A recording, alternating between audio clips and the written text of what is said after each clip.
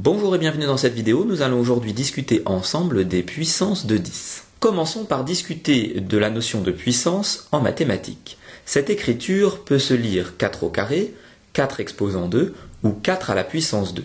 Ce qui est sûr, c'est que 4 au carré est égal à 4 fois 4. On multiplie 4 deux fois par lui-même. Attention à ne pas écrire que 4 au carré est égal à 4 fois 2, ce serait une grosse erreur. Prenons un autre exemple avec cette écriture qui peut se dire 7 au cube, ou alors 7 exposant 3, ou encore 7 à la puissance 3. 7 au cube est égal à 7 fois 7 fois 7. On multiplie 7 3 fois par lui-même.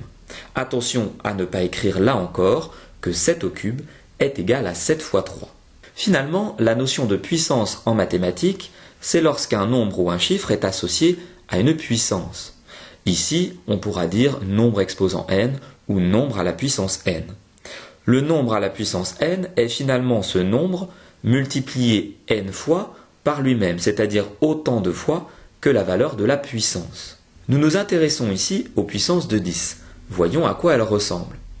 Il s'agit en fait du nombre 10 associé à une puissance, ici notée n. Il peut y avoir deux possibilités.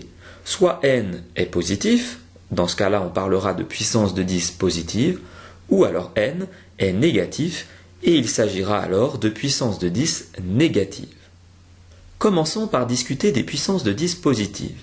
10 exposant 0 est égal à 1. Notez que n'importe quel nombre ou chiffre à la puissance 0 sera égal à 1. 10 exposant 1 est égal à 10. 10 au carré, 10 à la puissance 2 est égal à 10 fois 10, c'est-à-dire 100. 10 à la puissance 3 vaut 1000, etc., etc. Si on regarde ce qui est écrit, on se rend compte que finalement, pour savoir à quoi est égale une puissance de 10 positive, il suffit de mettre autant de zéros après le 1 que la valeur de la puissance. Pour être sûr que cette phrase est bien comprise, prenons un exemple. 10 à la puissance 12 est finalement un 1 suivi de 12 zéros, c'est-à-dire autant de zéros que la valeur de la puissance. De manière générale, on pourra écrire que 10 à la puissance n, avec n qui est positif, puisqu'on est dans le cas des puissances de 10 positives, est égal à 10 multiplié n fois par lui-même, et c'est donc égal à un 1 suivi de n0. Intéressons-nous maintenant aux puissances de 10 négatives. 10 exposant 0, on l'a vu tout à l'heure, est égal à 1. 10 exposant moins 1 vaut 0,1. 10 exposant moins 2 vaut 0,01, etc., etc. On se rend finalement compte qu'on obtient des chiffres de plus en plus petits. De manière générale, lorsqu'on a une puissance de 10 négative, il faut mettre autant de zéros avant le 1, cette fois-ci, que la valeur de la puissance, et ne surtout pas oublier de mettre la virgule entre les deux zéros qui se situent les plus à gauche.